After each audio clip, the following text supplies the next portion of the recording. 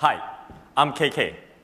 Today, I would like to tell you how I have made use of Genie to answer the question, can I use all the wireless networks around me? There's a common perception that wireless capacities is scarce and in short supply. But this is not true. We are surrounded by abundant capacity. A cell phone is typically covered by 5 or more service providers, such as AT&T, T-Mobile, Verizon. Within 2 miles of this hotel, there's over 700 registered antennas on 75 towers. At the same time, we're covered by 10 or more Wi-Fi networks.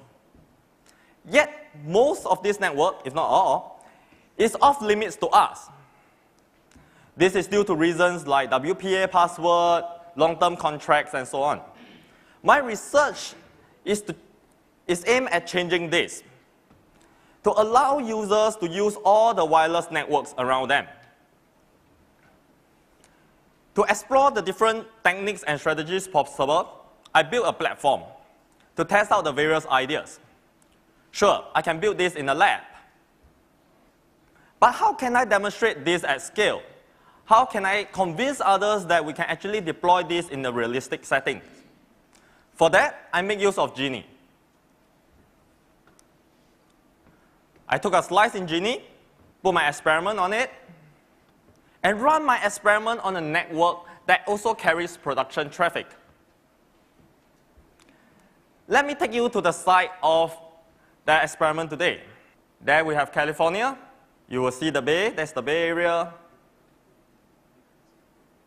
And this is Stanford University. Let me take you to the School of Engineering, where a Genie-enabled network is deployed. On the center of the map is the CS building. To the left is the EE building. On the top of the EE building, we have deployed a WiMAX base station. This base station is developed by Rutgers and NEC as part of Genie. At the same time, we have 90 wireless access points deployed throughout the School of Engineering. For today's experiment, for simplicity and clarity, we'll use 7 of these access points in the CS building. This is where we're going to start the experiment. For today's experiment, we'll be streaming a video from a camera mounted in front of a golf cart using the wireless network that we have just described. Let me be very clear here, because things is going to get really complicated soon.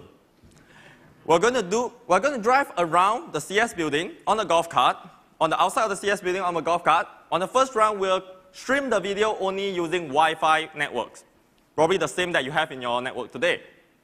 On the second round, we're going to use all the networks that we have around us, Wi-Fi and WiMAX in this case. Eli, can you hear me? It's quite cool, that. Okay. Okay. So, let me iterate. What you see on the right screen is a visualization that will show you which network that the cart is connected to. And this is clearly live. And you will see the golf cart position based on GPS. There will be some lag, but it should be good. TY, we can begin when you're ready. We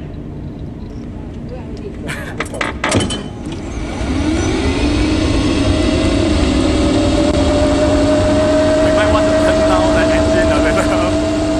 Okay. So what you see here are glitches.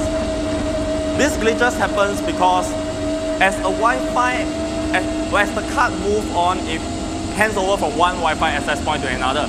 For a moment there was no connection. See, you get pauses like this. And this is how we do this today. And you get huge interruption. We have no idea what TY is seeing at this moment. Absolutely. This is bad. This is what we will get today. And imagine FaceTime with this. You wouldn't use it. This is the reason why we don't stream video from a moving vehicle today.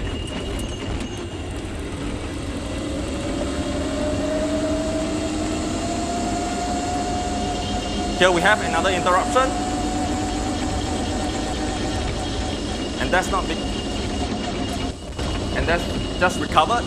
So we have lost a whole stretch of the video just simply because we were handing over from one wireless access point to another. Don't knock down the student either way. Okay, in the next round, we're going to make use of all the wireless networks around us.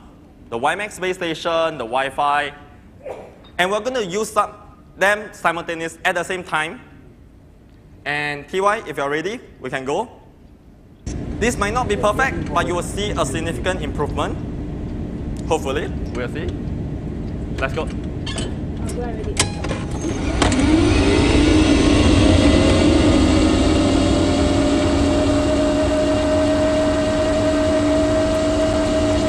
We saw some glitches here, nothing too bad now. Smooth video.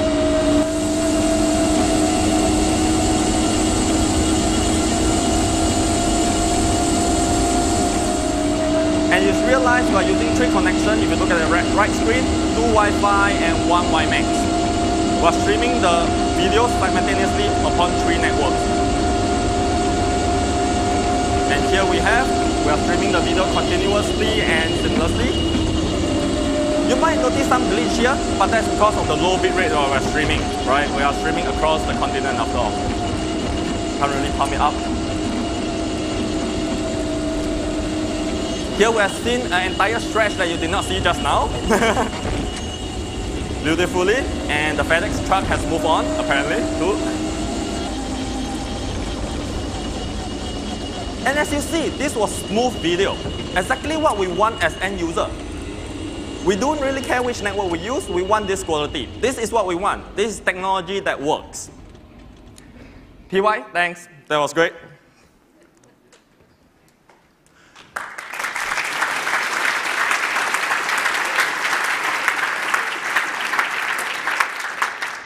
So what you have just seen is how we have made use of GEC network to use multiple of the wireless network that we have today to smoothly stream video. I'm tempted to say this is not perfect because we know it's never perfect. We can always improve it. Using a GEC-enabled network, other researchers can take what I have built today and the technique that you have just seen, improve upon it, and create new technologies that we do not have today. The ultimate beneficiary is all of us, who will one day be able to use all the wireless networks around us. Thank you.